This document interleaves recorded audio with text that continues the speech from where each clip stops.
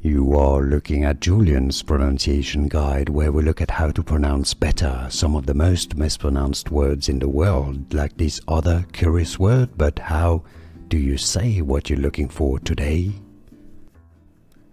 Let's learn once and for all how to pronounce this word.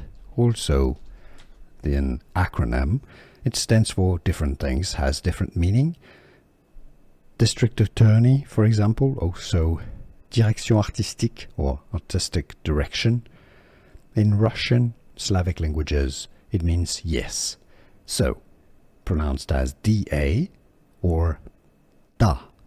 Da. English pronunciation da. In Russian, it means yes, and it's pronounced da. Da.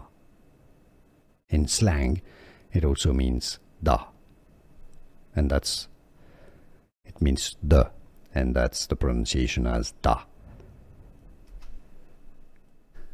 Here are more videos on how to pronounce more confusing words and names too many mispronounced. Like this video if you found it useful. I appreciate your support. I'll see you soon and thanks for watching.